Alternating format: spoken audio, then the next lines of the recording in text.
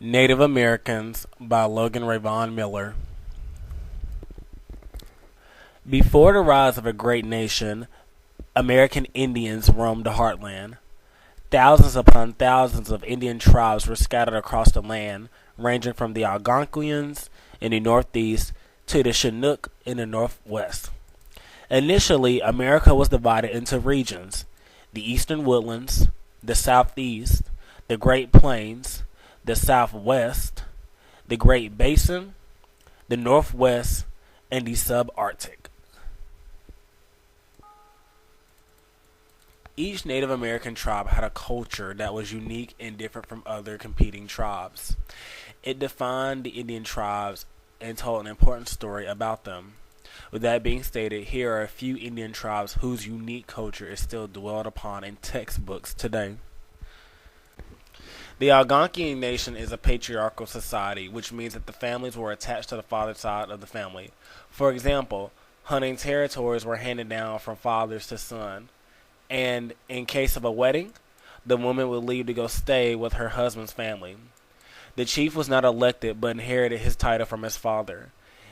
In eventuality, where a chief did not have a son, his title was given to his first son-in-law. The Algonquian beliefs: at the beginning of the world, animals were masters of the world and all living in peace. Then an accident happened and animals started fighting with each other.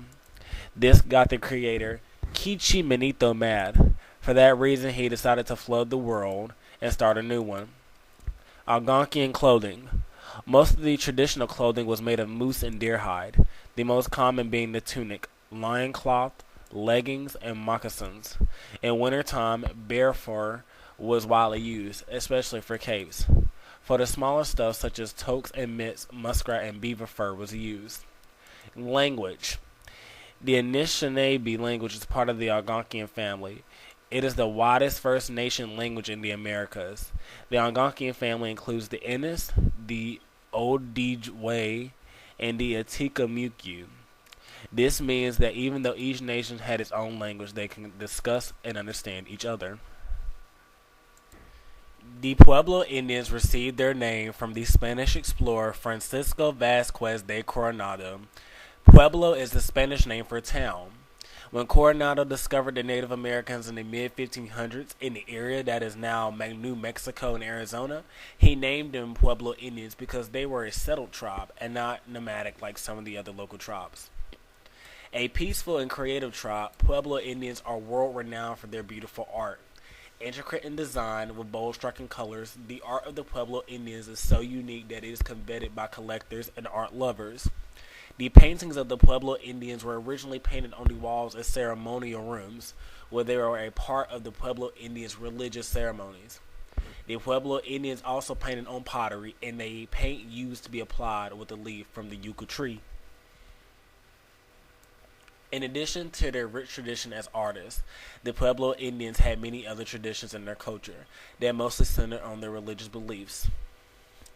Most of them remain steadfast in their own unique religious beliefs, serving over 300 gods.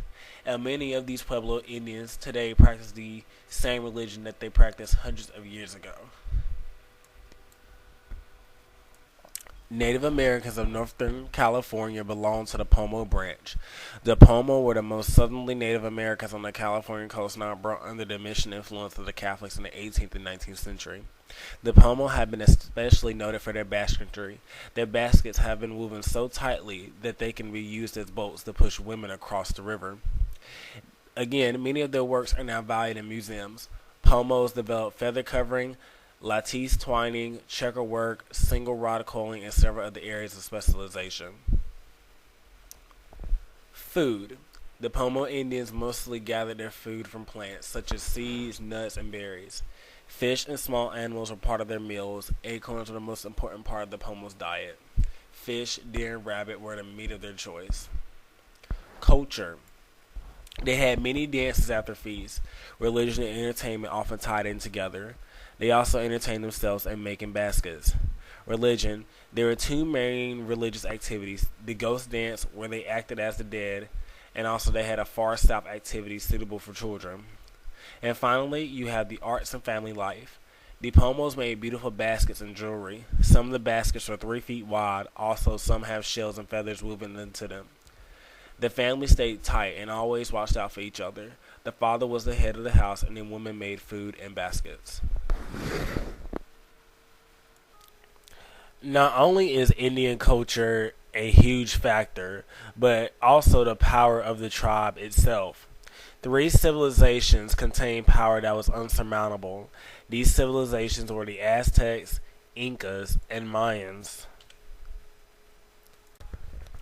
The Aztec culture was filled with creativity and beauty. Among the craftsmanship valued by the Aztec Indians was art, music, poetry, and tattoos. Their art functioned as an expression of religion and warfare, and many examples of this aspect of the Aztec culture can be found in the form of paintings on the walls of temples, masks, and poetry. With religion playing such a vital role in the Aztec culture, it is interesting to learn how Aztec life was impacted by these beliefs. In fact, nearly every act in which the Aztecs engaged was linked in one way or another to their gods. For the Aztec Indians, life was a constant struggle of hard work meant to please the gods in order to keep the universe in balance. The temples are one of the few remaining signs of the Aztecs, and their grandeur signifies how important religion was in this ancient society.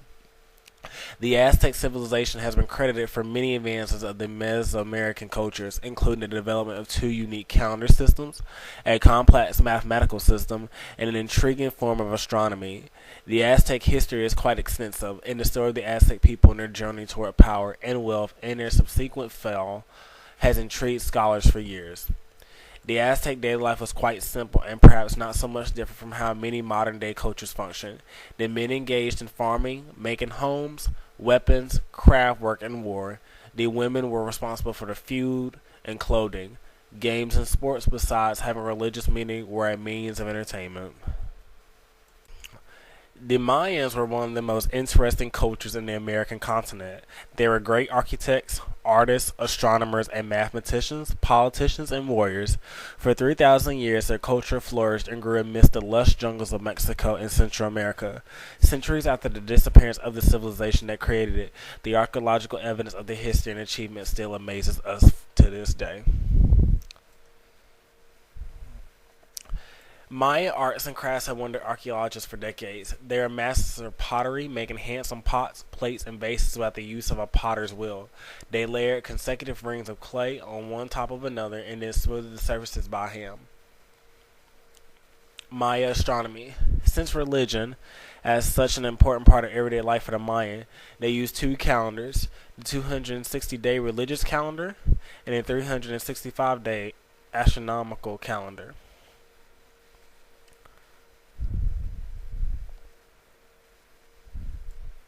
Maya maths and numbering. The Maya were fantastic mathematicians, and they developed their own numbering system. They discovered the value of 0 and its importance in mathematical calculation. This may not sound like much, but bear in mind that amongst ancient civilizations, this discovery was also achieved by the Babylonians and the Hindu, but not by the Greeks nor the Romans. Instead of a decimal numbering system like most of us use today, the Maya used the vigesimal system. The notation they used was noticeably simple. Instead of a unique symbol to represent each number, they used combinations of only 2 symbols, a dot or a circle, to represent a quantity of 1 and a horizontal bar to represent a quantity of 5. And finally, the Maya writing system. The Maya developed their way own writing system. Anthropologists regard this script as one of the most advanced in the American continent. The Mayan writing system evolved past the stage of pictorial representation into ideographical representation and was not far from becoming a phonetic alphabet.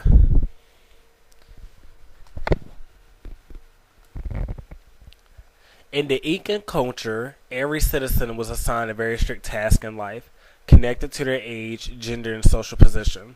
For example, children over 5 years of age had a responsibility of carrying water up the fields where grown-ups were growing crops. Women older than 50 had to weave cloth for making clothes. Even the physically and mentally disabled were given daily tasks that were attuned to their capabilities. One of these tasks was chewing maize or corn or spitting it back into a big bowl. By letting this substance ferment, the Inca made their own special corn beer called chica, which they drank on festive occasions. All of the individual responsibilities were recorded by bureaucrats through a system called the Cupi. It was an intricate form of communication using colored strings tied into knots. This was the Inca alternative to writing since they did not develop a writing language of their own. Emperor Pachacuti also created religious holidays for his people. 6 times a month, the entire empire was shut down for festivities, lectures, and parades. The Inca were incredible builders and architects. Their irrigation systems, palaces, temples, and fortifications can still be seen throughout the Andes. They had an efficient road system, which was mainly used for government and military purposes. Couriers would carry messages in the form of knotted cords all over the empire. Unfortunately, this road network was also used by the Spanish, which greatly facilitated their conquest of the Incan Empire.